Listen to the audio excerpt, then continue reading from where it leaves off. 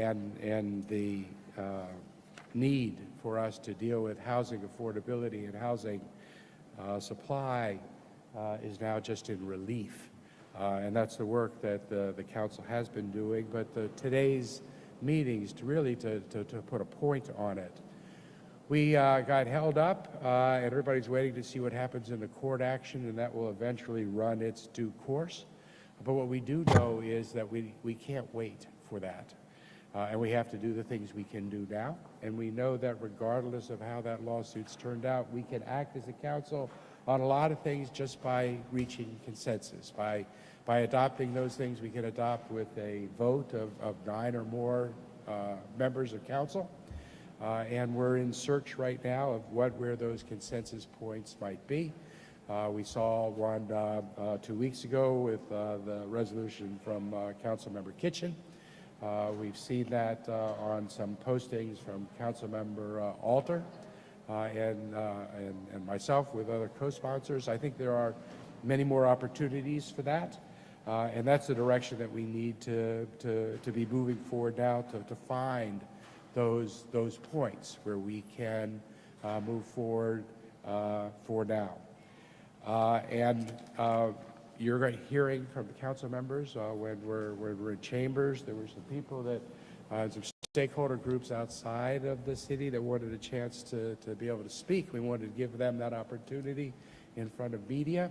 On behalf of the council, I just wanted to read a proclamation.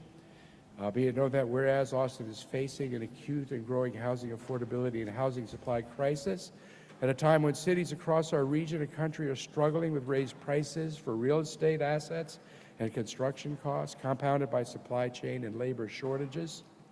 And whereas Austin's quality of life has attracted some of the largest in-migration of any city in the country, whereas the City Council and our community have taken many steps to combat this challenge, passed the Austin Strategic Housing Blueprint, a historic $250 million affordable housing bond, over $8 billion in transformational mobility measures, $300 million anti-displacement levy, 20% homestead exemption, created the Regional Workforce Master Plan, given more than $40 million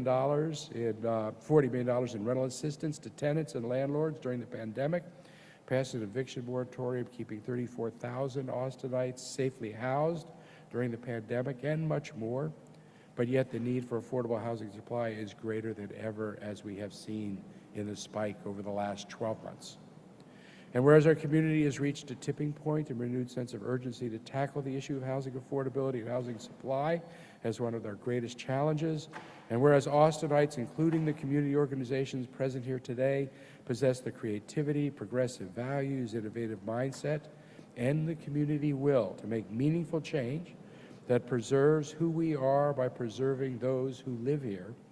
And whereas Austin is a national leader on so many progressive issues because we rise to meet our greatest challenges, now therefore I, Steve Adler, Mayor of the City of Austin, Texas, on behalf of the Austin City Council, do hereby proclaim the week of November 29th as Austin Housing Affordability and Housing Supply Week.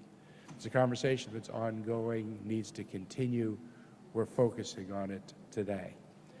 We have some speakers that are going to be able to speak with you. We're going to have Awais Azar, who's with Housing Works, Luz Metzger with Environmental Texas, Kendra Garrett, Planning Our Communities, and we'll start with Awais.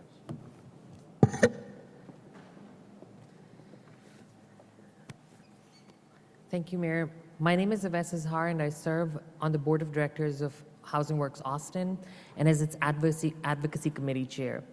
Housing Works has long advocated for all kinds of homes in all parts of town for all sorts of people. We want to thank Mayor Adler for his proclamation and for designating this week as a time to focus on housing affordability and supply, and for calling today's special session to discuss this issue.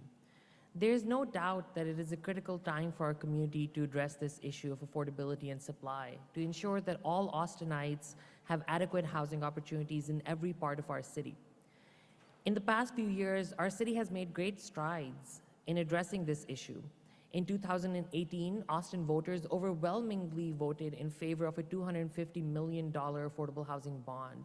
In 2019, Council approved the Affordability Unlock resolution to leverage these funds and expand affordable housing opportunities.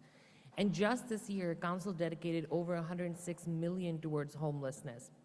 Housing Works thanks Mayor Adler, all of our City Council members, and our city staff for all of these efforts. These initiatives will make a great impact in the lives of Austinites who have struggled to have safe, healthy, and affordable housing. However, as a community, we have to do more, and we have to do it quick. During the ongoing COVID-19 pandemic, the cost of buying a home has skyrocketed, with the median sales price for a house now approaching $455,000 as of October this year. In the same month as the federal eviction moratorium ended, rents have risen by nearly 20%, past what they were previously before the pandemic. Whether you're a low-income renter, whether you're a senior on a fixed income, or whether you're a first-time home buyer, there is no doubt that you are struggling here in Austin. In 2017, as a part of the Austin Strategic Housing Blueprint, our community adopted a goal of creating 135,000 new units in 10 years, including a goal of 60,000 units that are affordable to households earning 80% median family income and below. Data collected by Housing Works Austin in conjunction with the city has shown that we're only at 19% of this overall goal, and only up to a little past 12% for the affordable housing goal. Unless we take meaningful and robust steps today to address this issue as a community, we will not be able to meet our 10-year community goals around expanding affordable housing and market rate housing in our city, including addressing the displacement of our low-income communities and communities of color. In order to meet these goals, it is integral for our city to continue to expand existing affordable housing funding and find other innovative ways to fund affordable housing. It is equally important to develop and strengthen policies and programs that focus on affordable housing across the entire city, including new density bonus programs, as our council has discussed today, ensuring housing dispersion and the creation of housing in high opportunity areas, providing greater opportunities and creating flexibilities for providing accessory dwelling units, expanding housing choice, and streamlining the development process to ensure that housing, particularly affordable housing, can be built quicker and at a lower cost. Housing Works is positive that with the discussions today, we will move closer to addressing housing affordability in Austin. We thank Mayor Adler and our city council members for their leadership on this issue and for their partnership in ensuring that this issue stays on the front and always is important to what we're doing as a community. And so we're happy to assist in this effort to ensure that all Austinites have access to affordable and adequate housing opportunities. Thank you. And I will pass it on to Kendra Garrett from Planning Our Communities.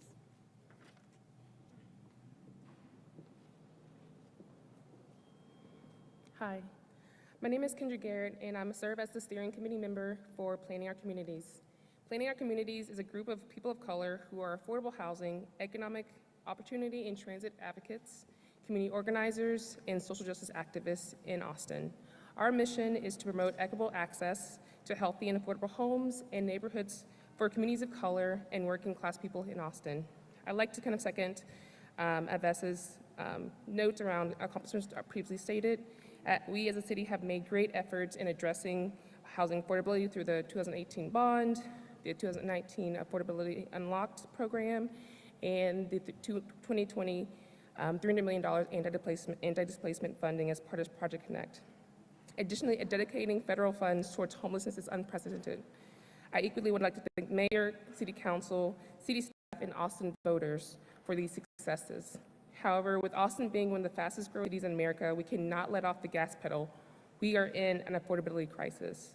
To continue to work towards meeting, or better yet, exceeding our affordability goals, it is imperative that the City of Austin continue to increase affordable units and reduce barriers for residents to access these units through additional funding and policy changes. There are so many opportunities that we can and should explore and implement to address our affordability crisis, and some such as, one, increasing units for residents at the lower end of the income scale. We desperately need deeply affordable units so that working class Austinites have good quality, decent, and safe place to call home.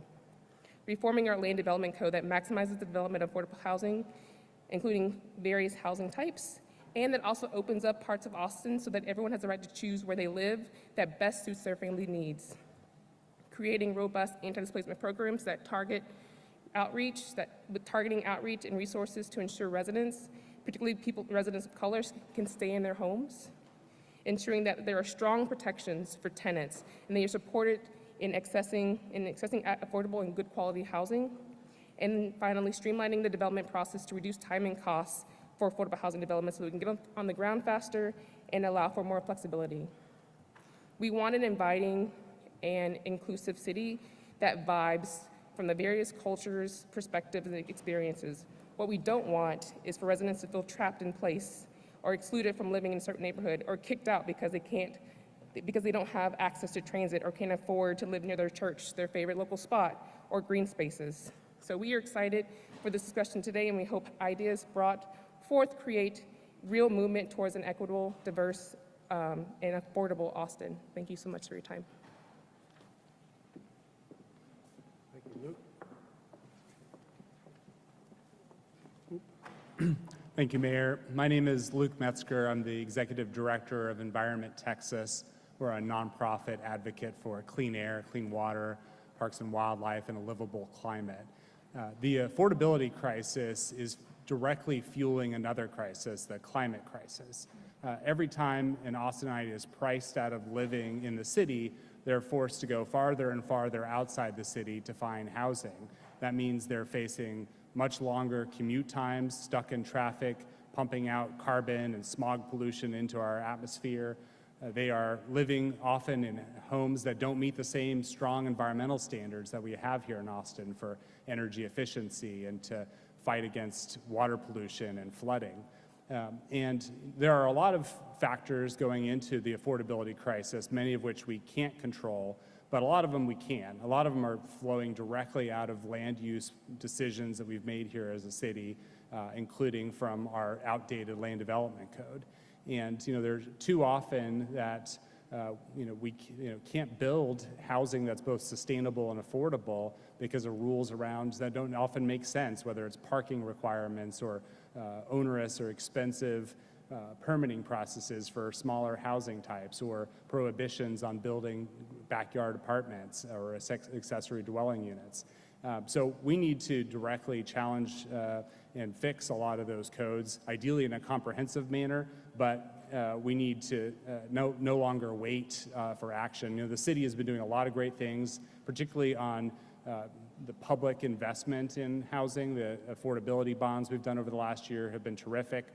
Great to hear the mayor talking about maybe doing another one of those coming up soon. But we also need to spur investment on the private side and make it easier to build affordably and environmentally responsibly in the city. And so we're very encouraged that the City Council is working to identify areas of consensus to finally really tackle these problems, and whether it's reducing parking requirements, making it allowing people to build residential properties on commercial properties, streamlining the permitting process for some of these things. Those are all good, important first steps, and hopefully we'll move the ball down the court so we can ultimately build a city where everyone in Austin can afford to live, and we're meeting our climate and other environmental goals. Thank you. I want to thank my colleagues on the dais. Everybody's working in the same direction toward that consensus. I want to thank Council members Ellis and Cassar and Kitchen, Renteria and Fuentes for coming here this afternoon. I want to give you each a chance to say something if you wanted to say something on this topic. I don't know if you all have any questions you want to direct to anybody up here. Yes?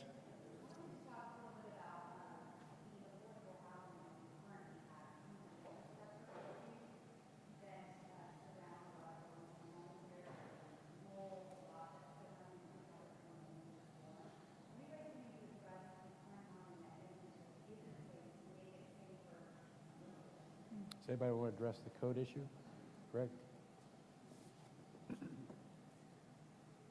So in this last year, the council took important steps on housing affordability and on housing. We invested in unprecedented ways in homelessness. We reduced the average property tax bill for your everyday homeowner. We put in eviction protections for renters, but that clearly hasn't been enough to address the crisis that we have. You asked about low-income folks that are living in housing that's falling apart around them, and there's two key things we need to do about that. First, as Mayor Adler mentioned, we need to make an investment into housing for working class people. That means new housing so that working class folks have a better option than some of that slumlord housing that exists. Actual investment into existing affordable housing to remodel it, bring it up to code, but if their city investment actually require that their rent is controlled so that it doesn't just rise as soon as it gets remodeled. And then third, part of what we've been talking about is bringing more housing supply to this community, because right now we're in a landlord's market. If there is almost nowhere to rent, then people may not leave their apartment if it's in bad conditions because it's the only place they can get to. We've been hearing stories from constituents who are moving from one part of town to another, and they're actually bidding up the rent. 15 or 20 people trying to bid up in the same apartment. You see that on houses, but it's unacceptable that now it's happening in Austin around apartments. And so we need to invest in our existing affordable housing. We need to build new affordable housing and then bring more housing to the market. And part of how we can do that is change our broken rules. That right now we're driving a little single family house to get scraped and just be replaced by a McMansion. That doesn't add to our housing supply, it doesn't help with the affordability crisis, compared to the alternative of saying, let's fix up that house and then have smaller housing be built that isn't hampered by so many fees and such a deep process, because right now our rules are just leading us to the tear down of a little house and the construction of a McMansion, and that doesn't address our issues. And what I think you saw today is a city council that is coming together to take immediate action so that we can keep families in the city, especially families in East Austin.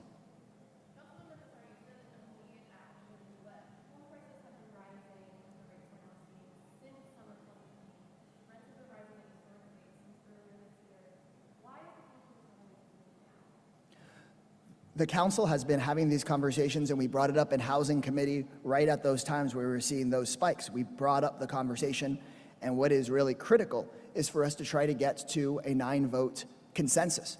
In the past, we went through sometimes a multi-year debate without actually making changes that needed to be made to the land development code. So there has been so much work behind the scenes.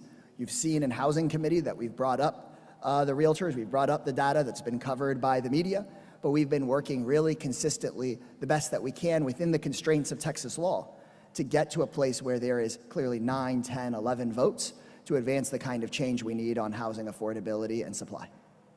In the past 10 years, there's been reports that Yeah, the folks on it. Yeah, she can go now. and obviously more housing is needed, that's clear, but what immediate actions is council taking to not only make it more affordable right now, but keep people from leaving this area? I'm just going to give you guys one example, and I'm certainly not going to be able to answer everything, and I invite the mayor or my colleagues to speak to that. But you know, I want to give you one example, and this, you know, the response has to be, there is no one answer. The response has to be a toolbox full of a range of tools. So at our last session, we passed a VMU 2. We initiated the process for considering a VMU 2 that would allow up to 90 feet on the corridors in exchange for additional affordable housing. That's just one piece. We also expedited it to have it catch up with some changes that are being considered right now in the Planning Commission, to take that, what has been a successful approach with VMU, to see what we can do to enhance it. And so that's just one example for you of an action we've already taken. I don't know if Mayor or anybody else wants to. Yeah, we have been addressing the issue. It's just that, like in my district, District 3, Saltillo has 180 units. 18% of those are affordable units at Saltillo and workforce housing. Chalmers is going through a big redevelopment where it's going to triple in size for the extreme low income that people are making 30% and under. And then we're also doing Rebecca Bain.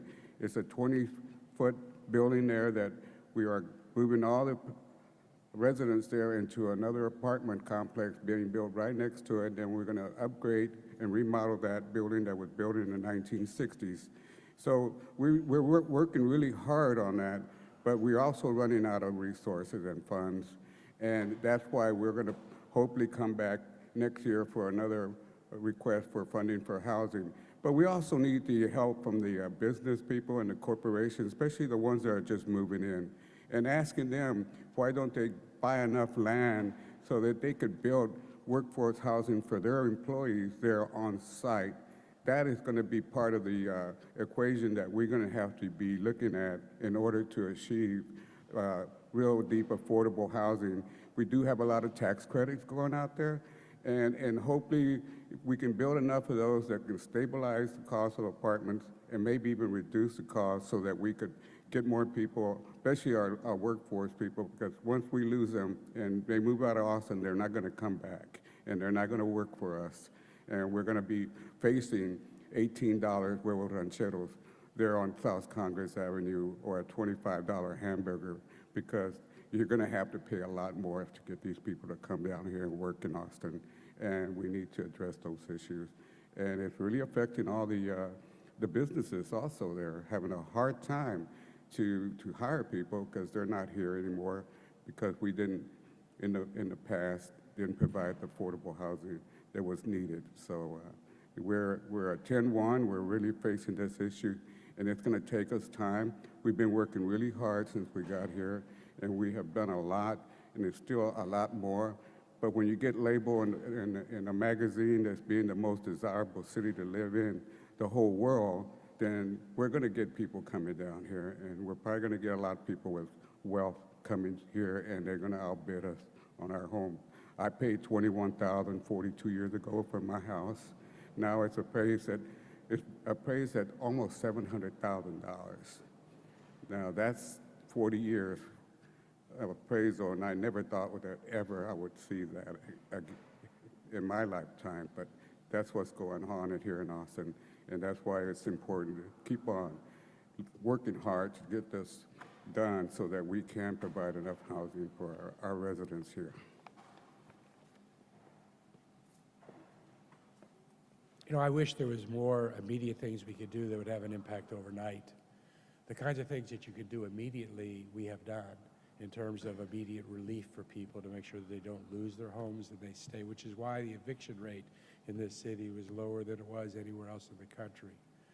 It is amazing that the policies that we have in this city right now are delivering more housing production per capita than any other city in the country. You heard those numbers mentioned today. It was in the Kinder report. And yet, even still, that's not enough for what's happening in Austin right now. The article that ran from the British company that was mentioned by Hakadios rated our city internationally and found we were the most desirable city to move into. Number 2 was Tokyo. New York City was, what, 4 or 5 down on the list. This is an emergency situation we're in right now. It's an existential challenge. I wish there were more things that we could be doing overnight, but even the things that can't be done overnight have to be initiated now. We just can't wait, and we'll do everything that we can do. And that's what this is about. It's finding the consensus points that the council can move forward on. And I don't know where all those points are going to be. And a lot of those discussions will probably be hard here in the meeting we have later this week and the meeting we have next week. You guys watched the debates that we've had in this city over land usage. What we're trying to do now is something that is a different mission than the one we had before, trying to find consensus on items we can move forward on. And I don't think we know as we stand here today exactly what form those things are, but there's a commitment to find them.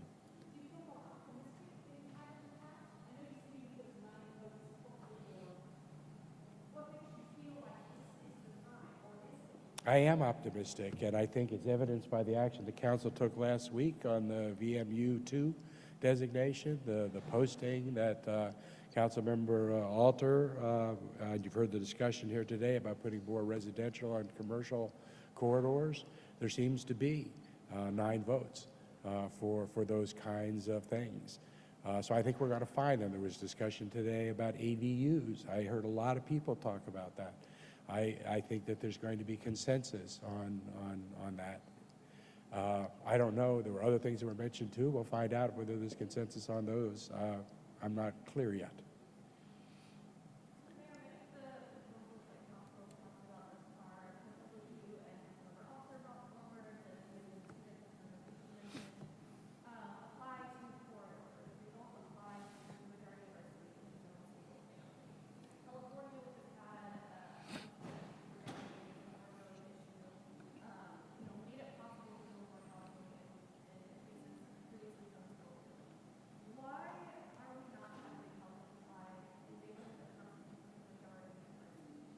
I think we found as we went through the old land development code process that there were not 9 votes, 9, 10, or 11 votes to make some of the changes that are being made in California. That support was not here legislatively to get that work done.